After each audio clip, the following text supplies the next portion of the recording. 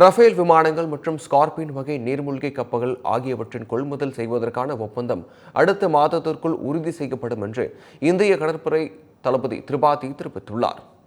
டெல்லியில் நடைபெற்ற வருடாந்திர கடற்படை நாள் பத்திரிகையாளர்கள் சந்திப்பில் இந்திய கடற்படை தளபதி தினேஷ் கே திரிபாதி கலந்து கொண்டு பேசினார். அப்போது பிரான்ஸ் நாட்டிலிருந்து 26 ரஃபேல் வகை போர் விமானங்களை கொள்முதல் செய்வதற்காக இந்திய கடற்படை பேச்சுவார்த்தை நடத்தி வருவதாக கூறினார். மதகாபன் கப்பல் கட்டும் நிறுவனத்தில் கூடுதலாக 3 ஸ்கார்பின் வகை நீர்மூழ்கி கப்பல்களை கட்டுவதற்காக பிரான்ஸ் கடற்படை குழுவினரிடமும் பேச்சுவார்த்தை நடத்தப்பட்டு வருவதாகவும் தெரிவித்தார்.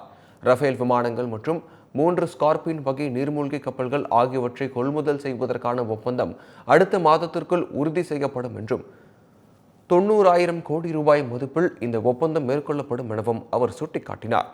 இந்திய பெருங்கடல் பகுதியில் சீன கடற்படையை தொடர்ந்து கண்காணித்து வருவதாகவும் இந்திய கடற்படை தளபதி திரிபாதி தெரிவித்துள்ளார்.